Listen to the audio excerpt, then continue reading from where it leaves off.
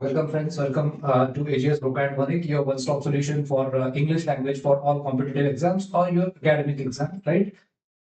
In this series that I have recently started, I'm going to explain various units of prose and poetry or units of English language in Savitribai Phule Pune University BA Ability Enhancement course, right? That is what we have started with. In the last session, we discussed building vocabulary. That is Unit 1's first question, right? आज आपण unit 1 मधला जो second question आहे त्याच्याशी आपण related जे content आहे we will discuss it. I will explain it. I will elaborate it to you so that you find it easier to understand. And if there are any questions in your assignments or in your exam, you are able to write the answers in detail. Okay. So without any further ado, let's begin. आता याच्यामध्ये B आहे read the following. This is question. Yeah.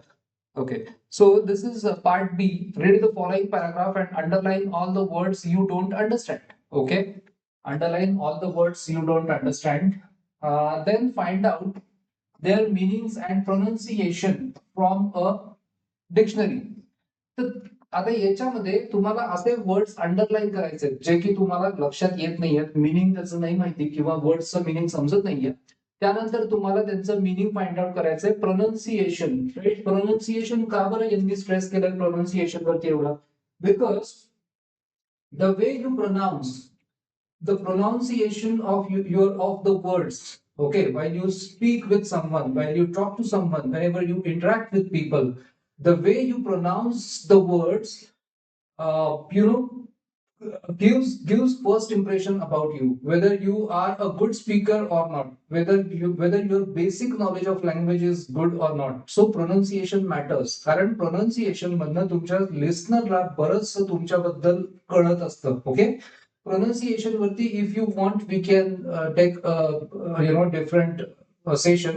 Let me know if you are interested and write your intent in comments, right? So that we can have a session on pronunciation. आता आपण इथे मी तुमच्यासाठी अजून एक गोष्ट केली आहे. Apart from what has been asked, I have ensured one more thing for you. मी तुमच्यासाठी याचं यूज इन सेंटेन्स पण केलेला आहे, जो की याच्यात विचारला नाहीये पण मी तो केलेला आहे, so that it becomes further easy for you to understand. आता आपण बघूया the Indian Ocean earthquake of 2004. So 2004 मध्ये जो इंडियन ओशन अर्थक्वेक झाला होता, also known as the Sumatra Andaman earthquake, त्याला अजूनही एक नाव होतं, त्याला Sumatra Andaman earthquake, right? Was an undersea earthquake. समुद्रात झालेला तो भूकंप होता. दॅट ऑकर्ड ऑन, जो सकाळी झाला, कधी? 26 डिसेंबरच्या सकाळी झाला, 2004. 26 डिसेंबर 2004च्या सकाळी हा भूकंप झाला. It had a magnitude of 9.15 on the Richter scale, किंवा याचं प्रोनाउन्सिएशन रिक्टर स्केल किंवा Richter scale, right? Richter scale किंवा रिक्टर स्केल करतात.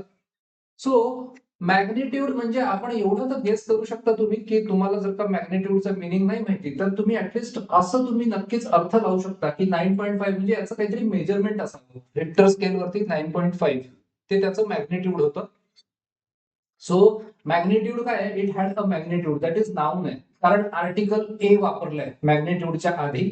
So magnitude is a noun which makes it one of the most powerful earthquakes. So या 9.15 यामुळे हे लक्षात आलं की तो आतापर्यंतच्या सर्वात पॉवरफुल, शक्तिशाली आणि विध्वंसक अशा भूकंपांपैकी एक होता. रेकॉर्ड केलेले आतापर्यंत जेवढे भूकंप आहेत त्यातला सर्वात पॉवरफुल जे होते त्यातला एक होता. The only non earthquake of comparable magnitude, म्हणजे याच्याशी कम्पेअर करता येण्यासारखा किंवा याच्या इतका पॉवरफुल मॅग्निट्यूडचा अर्थक्वेक कोणता होता? Was the great earthquake of chilli.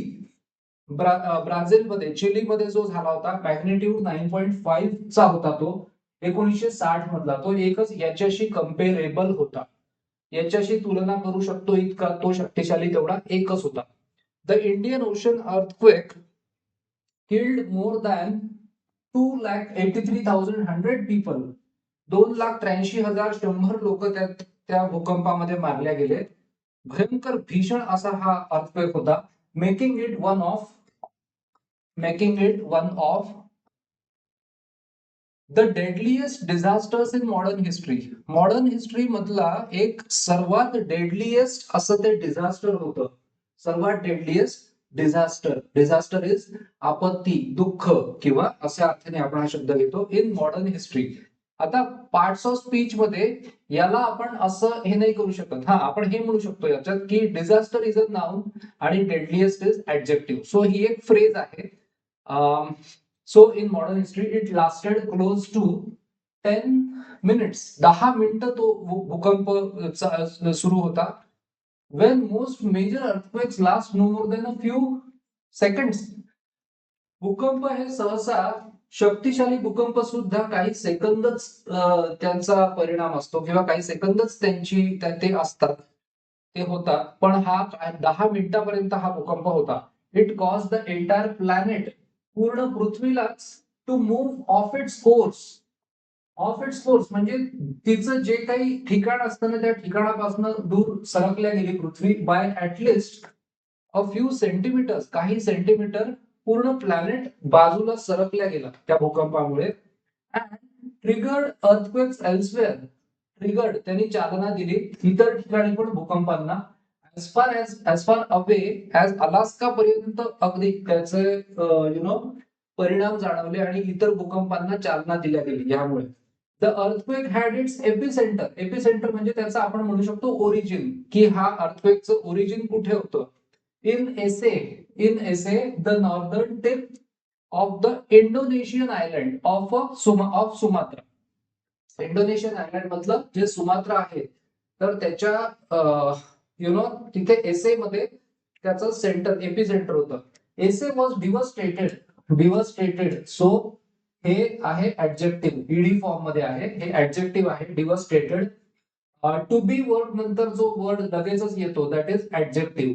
But major damage was also suffered by Thailand and the Andaman and Nicobar. Andaman Nicobar आणि थायलंडला सुद्धा भरपूर त्याचा फटका बसला. And to a lesser extent, थोड्या कमी अंशी श्रीलंका आणि इंडियाला सुद्धा त्याचा परिणाम जाणवला. Deaths were reported as far away as the east coast of Africa. म्हणजे भूकंप झाला कुठे, एसए मध्ये, इंडोनेशियन आयलँड ऑफ सुमात्रा मध्ये, आणि त्याचं पार इम्पॅक्ट कुठपर्यंत जाणवलं बघा, आफ्रिका, तिकडे अलास्का, म्हणजे किती तो पॉवरफुल होता, right. More than 8,000 kilometres away, 8,000 kilometre पेक्षाही दूर आफ्रिकेमध्ये सुद्धा त्याचं जाणवलं परिणाम. The earthquake cause the sea bed. So sea bed is what, sea bed is a noun, हे नाउन आहे. To rise by several metres, है ना, ती वर उचलल्या गेली sea bed by several metres. Displacing, so हे आयएनजी फॉर्म मध्ये, displacing and estimated 30 cubic kilometres of water. 30 cubic kilometre इतकं पाणी डिस्प्लेस झालं, म्हणजे त्याच्या जागेवरून ते दूर सरकल्या गेलं. And triggering a huge wave, आणि एक मोठी लाट ट्रिगर झाली. Just wait. Called a tsunami, त्याला नाव दिलं गेलं tsunami. That struck the coast of several countries. बऱ्याचशा कंट्रीजला त्या सुनामीनी झोडपून काढलं असं म्हणतात. त्याचा फटका, सुनामीनी फटका दिला बऱ्याच सेव्हरल कंट्रीजला in the Indian ocean. The waves, त्या ज्या लाटा होत्या, which reached a maximum height, त्यांची मॅक्सिमम हाईट कुठपर्यंत होती, ऑफ 30 मीटर्स, 30 मीटर इतकी हाईट होती, 100 फूट उंचीच्या त्या लाटा. Spread upwards along a length of 12,200 kilometres. Okay, तिथपर्यंत त्या पोहोचल्या. Reaching as far as Mexico, पार मेक्सिको देश, चिली अँड द आर्क्टिक, इतक्या दूरगामी त्याचे परिणाम होते. The raising of the sea bed, ती जी समुद्राची ती सी बेड होती, सामुद्रधुनी, produced a permanent rise in the global sea level. त्याच्याने काय झालं, एक permanent rise global sea level मध्ये घडून आलं. And estimated 0.01 mm. Okay, the tsunami, like all others, behaves differently in deep water. Okay, आता डीप वॉटर जिथे असतं तर तिथे सुनामी थोडं वेगळ्या पद्धतीने त्याचं प्रभाव असतो. शॅलो वॉटर मध्ये वेगळा असतो. In deep ocean water the tsunami waves, जिथे डीप असताना पाणी तिथे tsunami waves form only a small hump. So small it's adjective, hump is a noun. barely noticeable, barely noticeable and harmless. ते barely noticeable असतं आणि ते harmless असतं. It generally travels at a very high speed. खूप high speed मध्ये ते travel करतं. कुठली स्पीड किती असते? 500 ते 1620 mph, माइल्स पर आवर. आणि शॅलो वॉटर जिथे पाणी जास्त खोल नसतं, जिथे उथळ असतं पाणी, नियर कोस्टलाइन्स, समुद्र किनाऱ्यांच्या जवळ, tsunami slows down to only tens of kilometres. त्याची स्पीड कमी होऊन जाते तिथे ॲन आवर, एका तासाला 10 kilometre. But in doing so, असं करण्यामध्ये, फॉर्म्स लार्ज डिस्ट्रक्टिव्ह वेव्स, त्याच्या मोठ्या लाटा आणि विध्वंसक लाटा मात्र बघायला मिळतात किंवा आढळून येतात. त्यानंतर पुढे बघूया. सायंटिस्ट इन्व्हेस्टिगेटिंग द डॅमेज, ज्या सायंटिस्टनी हे डॅमेज बद्दल इन्व्हेस्टिगेशन केलं इन ऍसे मध्ये इंडोनेशियामध्ये, found evidence that the wave reached a height of 24 metres, 24 metres पर्यंत ती वेव्हची हाईट पोहोचली होती. That is 80 feet when coming ashore along large stretches of the coastline, है ना. रायझिंग टू 30 मीटर्स, 30 मीटर्स पर्यंत सुद्धा ती अशोर कोस्टलाईन पर्यंत येता येता पोहोचली होती. 100 feet, that is 100 feet in some areas when travelling inland. Travelling inland म्हणजे समुद्र किनारा आणि पुढे गेल्यावर जमीन असते. सो आतमध्ये जेव्हा जमिनीकडे जेव्हा ट्रॅव्हलिंग इनलँड होत होतं तेव्हा तिथे ती पोहोचली. In some areas when travelling inland. The people who suffered most, ज्या लोकांना सर्वात जास्त त्याचा फटका बसला from this natural calamity. Natural calamity म्हणजे नैसर्गिक आपत्ती. नॅचरल कॅलॅमिटी म्हणजे काय? नैसर्गिक आपत्ती. ओके, नॅचरल डिझास्टर, नैसर्गिक आपत्ती. नॅचरल कॅलॅमिटी याचा मिनिंग आहे आपत्ती. Okay, so are some of the poorest people, कोणत्या लोकांना सर्वात जास्त त्याचा जास्त फटका बसला? Some of the poorest people on earth, जे सर्वात जास्त गरीब लोक होते. थाउजंड्स हॅव बीन किल्ड, हजारो लोक मारले गेले. But many more have been made homeless, खूप लोक त्याच्यामध्ये बेघर झाले. म्हणजे याची भीषणता किती होती हे आपल्याला लक्षात येतं. It will take them many years, त्यांना खूप वर्ष लागतील टू रिकवर, त्यातनं पूर्णपणे बरं होण्यासाठी, पूर्णपणे बाहेर येण्यासाठी, नॉर्मल जीवन जगण्यासाठी. But in the meantime, पण मधल्या वेळात, we hope that those who are more fortunate, जे लोक जास्त फॉर्च्युनेट आहेत, म्हणजे जे लोक त्यांना एवढा काही त्रास नाही झाला याच्यापासून, त्यांच्याकडे काही रिसोर्सेस आहेत, जे लोक जास्त भाग्यवान आहेत, will come to the aid of, ते मदतीला येतील. देअर सफरिंग फेलो, त्यांचे जे सफरिंग फेलो ह्युमन बिईंग्स आहेत त्यांच्या मदतीला हे जास्त फॉर्च्युनेट लोक येतील, अशी आपण आशा करूया. ओके, आता हे जे अंडरलाईन वर्ड्स आहेत, मी तुम्हाला तुमच्यासाठी त्याचे मिनिंग्स, मी हे काही वर्ड्स शोधून काढले त्यातले. meanings may be, some of you may not be aware of the meanings of these words किंवा काही phrases. So I'll explain them one by one. पहिला आहे magnitude. So magnitude, it is a noun. Magnitude म्हणजे काय? Importance, एखाद्या गोष्टीचं magnitude काय, महत्व काय, स्ट्रेंथ, त्याची शक्ती किती, किंवा त्याचा आवाका किती, त्याचा साईज किती ऑफ समथिंग, जे काही असेल, एखादी गोष्ट असेल, एखादी घटना असेल. Use in sentence. Jane Austen, एक ब्रिटिश रायटर होती, Jane Austen, was a writer of first magnitude.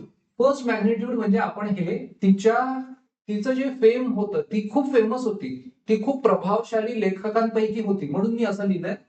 She was a writer of first magnitude, right. त्यानंतर रिक्टर स्केल. आता हे जे भूकंपाची जी तीव्रता मोजण्यासाठी जे असतं ते त्याला म्हणतात Richter scale. The strength of earthquake is measured on Richter scale. Okay, so use in sentence. Charles Richter first developed Richter scale. ही रिक्टर स्केल कोणी डेव्हलप केली? चार्ल्स रिक्टरनी. To measure the magnitude of earthquake, है ना, भूकंपाचा तीव्रता, भूकंपाची तीव्रता मोजण्यासाठी चार्ल्स रिक्टरनी पहिल्यांदा रिक्टर स्केल डेव्हलप केली. त्यानंतर deadliest disasters. So deadliest disasters म्हणजे काय? Natural events such as earthquake, flood, famine म्हणजे भूकंप, पूर, त्यानंतर दुष्काळ, फॅमाईन दुष्काळ, ॲव्हलांच म्हणजे जेव्हा पर्वतावरून वरून पूर्ण जमीन पूर्ण खाली सरकत भूस्खलन है ना. सो अशा गोष्टी डिझास्टर्स आर कॅटास्ट्रॉफिक. सो डेडलिएस्ट म्हणजे काय? कॅटास्ट्रॉफिक, खूप मोठी दुर्घटना, आणि डिझास्टर्स म्हणजे हे नॅचरल इव्हेंट्स, आपत्ती in nature and considered to be deadliest disasters. So यांना डेडलिएस्ट डिझास्टर्स म्हणतो. ते कॅटास्ट्रॉफिक असतात आणि ते डिझास्टर्स असतात. या पॅराग्राफ मध्ये हे डिझास्टर्स नॅचरल डिझास्टर्स म्हणून कन्सिडर केले. लोकांच्या वैयक्तिक आयुष्यात सुद्धा ज्या दुर्घटना घडतात त्या सुद्धा आपण डिझास्टर्स म्हणू शकतो. या पॅराग्राफ मध्ये नॅचरल डिझास्टर्स म्हटलंय. So use in sentence a robust म्हणजे एकदम strong, robust disaster management system. एखादी रोबस्ट जर का असेल ना, स्ट्रॉंग सिस्टम असेल डिझास्टर मॅनेजमेंटची, काय होतं? It ensures quick recuperative action. Recuperation म्हणजे काय? आजारातनं बरं होणं, एखाद्या प्रॉब्लेम मधनं बाहेर पडणं. So recuperative action to help those affected.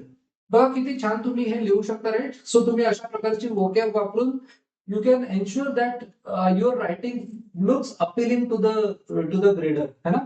So next पुढे बघू आपण.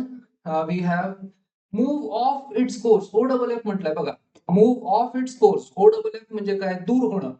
सो त्याचा जो कोर्स आहे, इथे कोर्स म्हणजे काय? तो ज्या ठिकाणी समजा आता एक जे एअरक्राफ्ट असतं त्याचा जो रूट आहे, त्या रूट वरनं ते जेव्हा बाजूला सरकतं तेव्हा आपण म्हणतो कोर्सच्या बाजूला झालं. सो टू डेव्हिएट है ना, भटकणे अशा अर्थी. ड्रिफ्ट भटकणे, stray away from its goal, एखाद्या ध्येयापासून भटकणं, एखाद्या रूट पासून भटकणं. त्यानंतर गोल किंवा डिरेक्शन किंवा इंटेंडेड पाथ, जो मार्ग जो मार्ग ऍक्च्युली हवा त्या मार्गापासून भटकणं. Expected course. So that is move off its course. Use in sentence. When we move off our course in our career. आपल्या करिअर मध्ये जेव्हा आपण आपल्या मार्गातून भटकतो, वी नीड अ मेंटॉर. आपल्याला एका मेंटॉरची गरज पडते, एका टीचरची गरज पडते फॉर कोर्स करेक्शन म्हणजे पुन्हा योग्य मार्गावर यायला. ओके. त्यानंतर ट्रिगर. ट्रिगर हे वर्ब आहे. Set off. ट्रिगर करणे म्हणजे सेट ऑफ करणे, चालना देणे. Initiated or release due to something. Okay. Use in sentence. Natural calamities are triggered by deforestation. जे आता नॅचरल कॅलॅमिटीज ज्या घडतात त्या डिफॉरेस्टेशन, पोल्युशन किंवा या गोष्टींमुळे, ग्लोबल वॉर्मिंग याच्यामुळे नॅचरल कॅलॅमिटीज घडून येतात. Triggered by. सो नॅचरल कॅलॅमिटीजला चालना कशी मिळते? ट्रिगर्ड बाय डिफॉरेस्टेशन आणि pollution. Epicenter. Epicenter is the earth's epicenter. So it is a noun.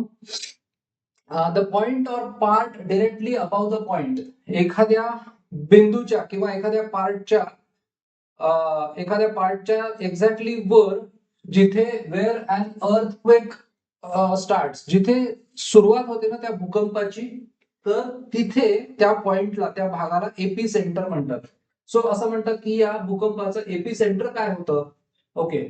त्यानंतर बघू पुढे. We have next use in sentence. After an earthquake the epicentre is the region which gets affected the most. आपण कसं केलं use in sentence की epicentre एक असा एक भाग असतो अर्थक्वेक झाल्यानंतर की जिकडे त्याचा सर्वाधिक परिणाम जाणवतो, which gets affected the most. त्यानंतर डिव्हस्टेटेड. वर्बचा पास्ट आहे डिव्हस्टेटेड. हे ऍक्च्युली ऍडजेक्टिव्ह म्हणून पण येऊ शकतं, डिपेंड्स. कम्प्लिटली डिस्ट्रक्टेड, पूर्णपणे नष्ट झालेलं, रुइंड झालेलं, पूर्ण बर्बाद झालेलं किंवा शॉक्ड अशा अर्थी धक्का बसलेलं. When Shrikant came to know of the loss.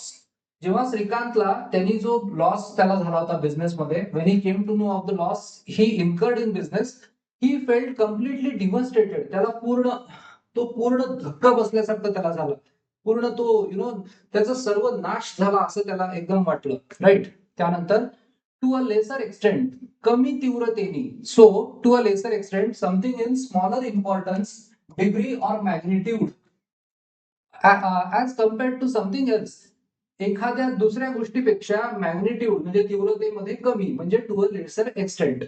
Extent म्हणजे तीव्रता आणि लेसर म्हणजे कमी. Use in sentence the avalanche म्हणजे लँडस्लाइड. ॲव्हलांच म्हणजे भूस्खलन. लँडस्लाइड भूस्खलनामुळे डिस्ट्रक्टेड व्हेइकल्स म्हणजे वाहनांची जितका विध्वंस झाला टू अ लेसर एक्सटेंट म्हणजे दॅन कॉटेजेस म्हणजे जे छोटी छोटी घरं होती, जे कॉटेजेस होते घरांपेक्षा वाहनांचं कमी नुकसान झालं असं आपण म्हटलंय. It destructed vehicles to a lesser extent than cottages. कॉटेजेसचं नुकसान जास्त झालं. ओके. त्यानंतर पुढे let's see what we have. Sea bed. So sea bed म्हणजे ते सामुद्रधुनी मराठीमध्ये जे म्हणतात. So that is a bottom floor or ground of the sea. Sea bed म्हणजे काय, ते बॉटम असतं, फ्लोर असतं किंवा ग्राउंड असतं of the C made up of sediment. त्याच्यामध्ये सेडिमेंट्स असतात, त्यानंतर चिखल, रेती आणि रॉक, खडक, एवढ्या सगळ्या गोष्टी असतात. सो डायव्हर्स जे डायव्हर्स असतात, पाणबुड्या असतात किंवा पाणबुड्यापेक्षा जे लोक डाईव्ह करतात ना सी मध्ये. So divers have to undergo extensive training. त्यांना खूप ट्रेनिंग करावं लागतं, खूप रिगरस एक्सटेन्सिव्ह ट्रेनिंग त्यांना घ्यावं लागतं before they can explore sea bed. त्यांना समुद्राची जी बॉटम आहे त्याचं एक्सप्लोरेशन करण्याच्या आधी त्यांना बरंच एक्सटेन्सिव्ह ट्रेनिंग त्यांना घ्यावं लागतं. त्यानंतर डिस्प्लेसिंग आयएनजी फॉर्म मध्ये वर्ब आहे. Taking place of or removing something. एखादी गोष्ट हटवणे किंवा त्या गोष्टीच्या ठिकाणी जाऊन बसणे, डिस्प्लेस करणे. Use in sentence the floods in the north east मध्ये झालेल्या पुरामुळे त्या पुराने काय केलं, रिट हॅवोक म्हणजे त्यांनी सगळीकडे हाहाकार पसरवला. Wreaked havoc displacing thousands from their houses. अनेक लोकांना त्यांनी दूर केलं घरापासून, त्यांना बेघर केलं. राईट. त्यानंतर स्ट्राईकचा past struck. It is a verb to harm, attack or hit someone something. Okay. The speeding car, जी कार खूप स्पीड मध्ये येत होती, was struck by, passive voice, struck by an elephant. एका हत्तीने त्या कारला धक्का दिला. ऑन रॅम्पेज, तो हत्ती कसा रॅम्पेज वरती होता, तो अनकंट्रोलेबल झाला होता. अँड ऍज अ रिझल्ट त्यामुळे काय झालं, टॉपल्ड. ती कार आहे ना, अशी कार ती अशी टॉपल्ड झाली, ती अपसाइड डाऊन अशी ती टर्न झाली, टॉपल झाली. Okay. Next we have is estimated. So estimated as a verb, ed form. Calculated the cost, size, extent of a thing approximately before having the figures or facts. एखाद्या गोष्टीचा आपण estimation करतो तेव्हा आपण काय साधारण अंदाज लावत असतो आपण की ऍक्च्युअल जी फिगर आहे तर त्याच्या आधीच आपण साधारण एस्टिमेट काय आहे ते घेत असतो. So use in sentence the CEO knew the organisation was progressing. CEO ला माहिती होतं की ती कंपनी प्रोग्रेस करते, ऑन द राईट ट्रॅक, ती योग्य मार्गावरती चाललेली आहे पुढे पुढे. ऍज कारण की actual profit was approximately the same as estimated. जेवढा प्रॉफिट एस्टिमेट केला होता त्याच्या जवळपासच ऍक्च्युअल प्रॉफिट पण झाला होता. त्यानंतर हम्प म्हणजे उंचवटा अशा अर्थी. उंटाच्या पाठीवरती असा एक उंचवटा असतो ना, त्याला हम्प म्हणतात. So that is a noun. A fleshy rounded lump, एक अशी गाठ सारखी असते किंवा असं उंचवटा असतो. ऑर प्रोट्युबरन्स, याला प्रोट्युबरन्स पण म्हणतात, on the back of a camel. So nature, use in sentence nature has gifted. Nature has gifted present perfect tense. Nature has gifted camel a hump. निसर्गाने कॅमलला असं एक उंटाला हम्प दिलेला आहे. To store fat, fat store करण्यासाठी. Which can be utilised as energy and food. त्याचा उपयोग ऊर्जा आणि अन्न याच्यासाठी तो करू शकतो. In the times of need, जेव्हा गरज पडेल तेव्हा. त्यानंतर बेअरली नोटिसेबल. बेअरली नोटिसेबल म्हणजे एकदम म्हणजे खूप अगदी जणू काही असं जे लक्षात येत नाही ऑलमोस्ट असं, म्हणजे सहज असं लक्षात न येणार, दॅट इज बेअरली नोटिसेबल. आता एखादी गोष्ट जसं की एखादा आपण जेव्हा कुठे चाललेलो असतो है ना, आणि तिथे आपण म्हणतो की एखादी लोकेशन आपण सर्च करतोय, राईट. सो वी से की ती जी साईन आहे ना ती इतकी छोटी आहे की इट इज बेअरली नोटिसेबल. ती एकदम व्यवस्थित ती लक्षात येत नाही तिथे आहे ती. सो ती एकदम सहज न दिसणारी अशी आहे, that's why it is barely noticeable. So faint or small, इतकं छोटस किंवा इतकं क्षीण की it can be hardly felt, ते जाणवलं जात नाही, ऐकू येत नाही किंवा दिसू शकत नाही असं. Use in sentence the shop, ते जे दुकान होतं, एक कुठलं तरी दुकान होतं, वॉज सो टायनी, ते इतकं छोटं होतं, दॅट इट्स प्रेझेन्स, की त्याचा प्रेझेन्स वॉज बेअरली नोटिसेबल, लक्षात येत नव्हतं की इथे असं एक दुकान आहे, असं इतकं ते छोटस होतं. त्यानंतर पुढे बघू आपण travelling inland. So travelling inland म्हणजे travelling away from the coast, समुद्र किनाऱ्यापासून ट्रॅव्हलिंग अवे म्हणजे जमिनीकडे, टुवर्ड्स द कंट्री है ना. सो जमिनीकडे है ना, समुद्र किनाऱ्यापासून दूर जमिनीकडे. Use in sentence as we kept travelling inland, आम्ही जसं जसं समुद्र किनाऱ्यापासून जमिनीकडे दूर दूर दूर दूर जायला लागलो, वी स्टार्टेड एन्जॉईंग, आम्हाला मजा यायला लागली. मेडोज, मेडोज ऑफ ग्रास म्हणजे गवताची पूर्ण आणि गवताची पाती डान्सिंग इन द विंड, वाऱ्यावरती नाचत होती, त्याचे आम्हाला सगळं मजा अनुभवायला मिळायला लागली. त्यानंतर fortunate. So he is fortunate, हे फॉर्च्युनेट ऍडजेक्टिव्ह आहे. ब्रिंगिंग ऑर रिसिव्हिंग गुड लक, चांगलं नशीब ज्याचं असतं. विच वॉज अनएक्सपेक्टेड, आणि जे अनएक्सपेक्टेड असतं असं काहीतरी मिळतं, राईट. सो मिळतं किंवा कोणीतरी एक चांगलं नशीब घेऊन येतं असं. Use in sentence you were fortunate, तू नशीबवान होतास. That the surgeon was available, की जो सर्जन होता ना त्या दिवशी अवेलेबल होता. When you were admitted to the hospital, तुला जेव्हा हॉस्पिटलाइज केलं तेव्हा ते सर्जन अवेलेबल होते, हे तुझं चांगलं नशीब, तू भाग्यवान आहेस. Come to the aid of, च्या मदतीला येणे, एड म्हणजे मदत, आणि एड्स, AIDS, एड्स म्हणजे HIV. सो हे लक्षात घ्यायचं, aid of. To come to the support, एखाद्याच्या सपोर्टला येणं, एखाद्याला वाचवणं, एखाद्याची मदत करणं. वेन नीडेड, गरज असताना. So use in sentence the loyal pet dog, तो जो कुत्रा होता जो की लॉयल होता, एकनिष्ठ होता. Came to the aid of poor cat, त्या मानवीच्या मदतीला धावून आला. वेन शी वॉज कॉर्नर्ड, तिला जेव्हा एका कोपऱ्यात असं घेरून घेतलं होतं. स्ट्रे डॉग्स, भटक्या कुत्र्यांनी जेव्हा तिला घेरून टाकलं होतं, तेव्हा तो जो लॉयल पेट डॉग होता, घरातला जो एकनिष्ठ कुत्रा होता, came to the aid of, तो मांजरीच्या मदतीला धावून आला, राईट. सो ओके, सो इथे आपलं here we finish off unit 1 मधलं पहिलं building vocabulary, right? So I'll be uploading the next part from ability enhancement course very soon, and we will go that way soon. The other units will be presented to you through videos. Keep learning, keep asking your doubts in comments. तुमचे कुठलेही doubts तुम्ही विचारायला संकोच करू नका, doubts विचारत राहा, right. Don't leave any doubt unanswered, right. And enjoy your studies, keep taking notes, and yeah, let me know what are the other things that you want me to comments, right? So happy learning, thank you.